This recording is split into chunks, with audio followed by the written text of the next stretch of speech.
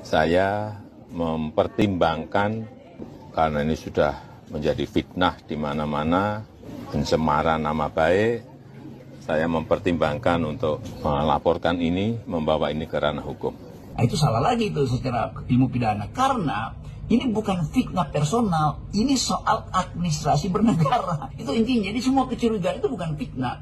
Jadi salah bila Pak Jokowi menganggap dia difitnah. Tidak. Fitnah itu antar manusia, bukan antara warga negara dengan presidennya. Bukan, itu nggak ada fitnah di situ. Di dalam antara warga negara kalau berbohong atau menunjukkan hal yang merendahkan itu dianggap fitnah. Tapi ini warga negara dengan kepala negara. Nggak ada delik fitnah warga negara pada kepala negara. Jadi sekali lagi, itu deliknya akan kacau nanti. Itu artinya setiap warga negara mempersoalkan pejabat negara itu dianggap fitnah. Karena undang-undang ITE atau segala macam salah.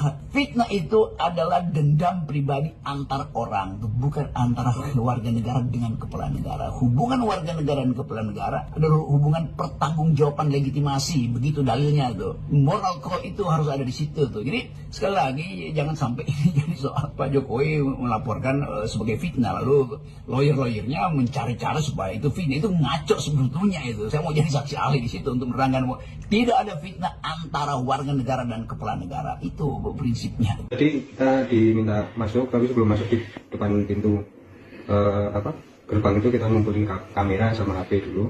Terus akhirnya Pak Jokowi keluar bawa map 2 ya. Terus di situ ada yang satu isinya ijazah Pak Jokowi dari SD sampai SMA. Kemudian ada satu lagi yang warna hitam sama ada foil logo GM tuh warna emas gitu. Di situ isinya ijazah S1-nya Pak Jokowi dari Fakultas Kehutanan. Iya, kita tuh kemarin teman-teman waktu kita datang awal, kita tiba-tiba disuruh masuk sama Pas Pampres. Kita disuruh masuk tanpa tas, kemudian tanpa HP. Jadi kita cuma masuk pakai ID card aja. Kemudian waktu sampai di dalam, ternyata Pak Jokowi minta ketemu sama kita. Katanya mau menunjukkan ijazah aslinya gitu, khususnya ke wartawan gitu.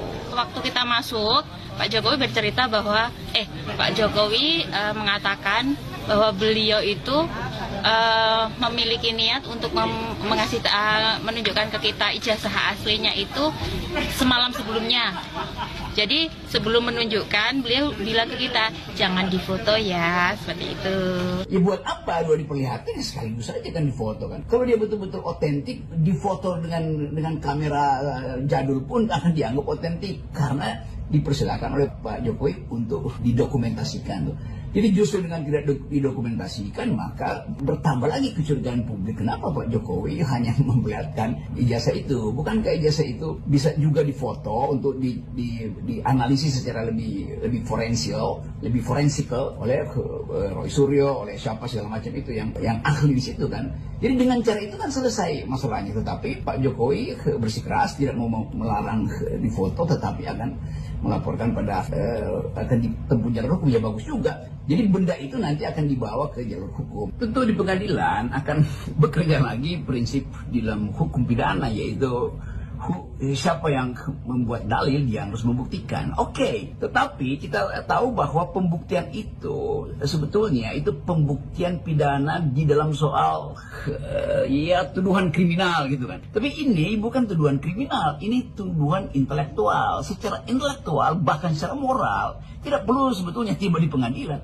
Kan tinggal Pak Jokowi datang mengatakan, ini loh ijazah saya, kalian memilih saya terpilih 2 kali sebagai presiden dan kalian ingin saya perlihatkan dengan rendah hati, saya beritahu ini ijazah saya, selesai masalah. Kalau dibawa ke pengadilan, maka mereka yang menuduh mendalilkan itu harus membuktikan. Padahal ini bukan urusan, kan pengadilan itu urusan antar individu tuh, bahwa ada crime maka dilaporkan. Ini bukan soal crime, ini soal moral call untuk memperlihatkan kematangan seorang pemimpin. Sebagai seorang Nobel, seorang yang mulia itu, dia akan anggap bahwa buat apa ke pengadilan? Jadi ini soalnya tuh. Jadi forum yang disebut sebagai kasus ini nggak ada kasus pidana di situ. Kasus pidana artinya hubungan subjek dengan subjek. Ini hubungan antara warga negara dan kepala negara. Warga negara menagih informasi supaya terdapat semacam keteduhan di dalam negara. Kalau dibilang bikin ribut, bikin gaduh, ya kenapa kegaduhan itu muncul? Karena kepercayaan presiden pada warga negara tidak ada. Demikian juga kepercayaan sang warga negara pada presiden makin tidak ada. Nah, supaya itu terjadi saling kepercayaan, maka dibukalah itu dalam persahabatan antara warga negara yang menuntut ijazah itu dan kepala negara yang mengerti bahwa tuntutan itu tuntutan publik, bukan tuntutan personal. Ini bukan soal vendetta. Jadi saya ingin ingatkan supaya kita masuk dalam kondisi akal sehat. Tidak ada dendam di situ. Ini hanyalah urusan legitimasi itu, bukan urusan legalitas. Sekali lagi harus dipastikan bahwa persoalan tentang ijazah Pak Jokowi itu terjadi karena Pak Jokowi memakai ijazah itu